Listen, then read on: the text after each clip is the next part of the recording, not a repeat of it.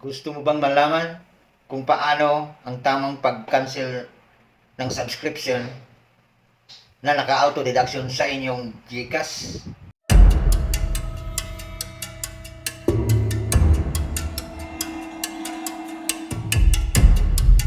Hello everyone! Welcome back to my channel, Dabjar Vlogs. To this video ay may ibabahagi na naman ako sa inyo na magandang topic at pag-uusapan natin. Yan ang gawa natin ng content ngayon para may share ko sa inyo ang tamang paraan kung paano mag-cancel ng subscription na naka-auto deduct sa inyong GCash. Gusto mong malaman ay panoorin mo ang buong detalye. Dahil ituturo ko sa inyo ang step by step ang idea ng pag-cancel ng subscription na naka-auto deduct sa inyong GCash. Magandang umaga, tanghali, at gabi sa inyong lahat na nakapanood sa aking video. Kumusta naman kayong lahat dyan? At kung ako, I'm fine and doing well. At bago ako mag-start, ay i-click mo na ang subscribe button. At isama mo rin ang bell icon para updated ka sa mga bagong upload na tulad nito. Start na tayo kung paano mag-cancel ng subscription sa inyong GCash para hindi ka na magtaka na bakit may automatic deduction ang inyong GCash every month dahil sa subscription pala yan. Na natin gawin ay itap natin ang Play Store. Makikita nyo dito sa upper right side corner ang profile. Itap natin ito. At ang sunod, hanapin natin ang payment subscription. Itap natin ito din. At ngayon, dito na tayo sa loob ng payment subscription. Itap natin ang subscription. Ngayon, dito na tayo sa loob ng subscription. Una, nakalagay active, CapCut Photo and Video Editor. Payment decline. Kasi dahil mataas at konti na lang ang laman ng GCash ko. Nakalagay din, start monthly subscription, overdue payment 250. So, overdue. Kasi ang nakalagay na pera doon ay mababa na lang sa 100 plus. At dito sa baba, iyan ang binabayaran ko monthly. Kaya, inisip ko, i-cancel ko na yung dalawa.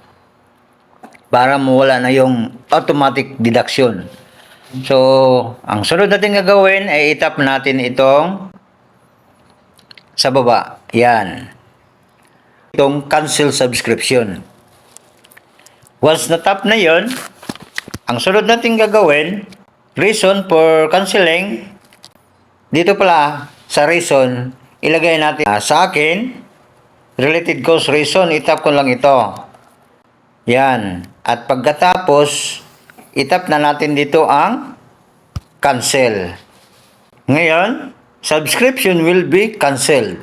So, nakalagay na doon nga na-cancel. Manage subscription. Nakalagay dito, CapCut Photo and Video, cancel. Monthly subscription. Subscription will be end on December 23. So, kinakancel ko na. Kasi nagbayad na ako ng monthly na 125 tapos hindi ako maka-upload. Yan ang dahilan.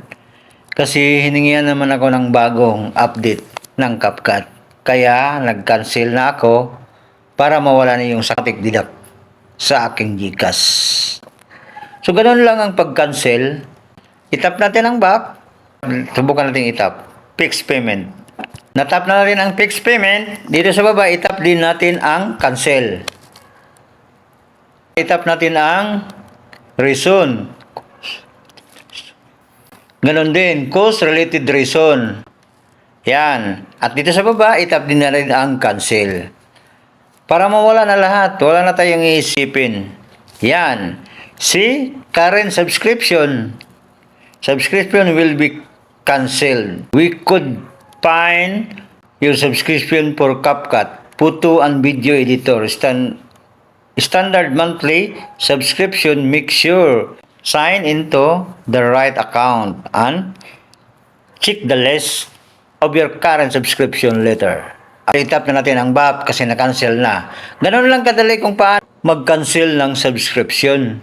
Ganun lang kadali kung paano mag-cancel ng subscription sa GCash gamit ang CapCut apps.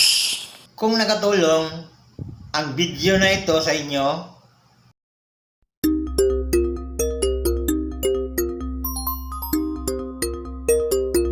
pa-share naman.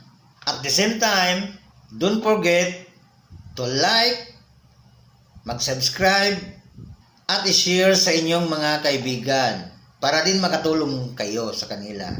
Thank you and have a blessed day to all. See you next upload. Go!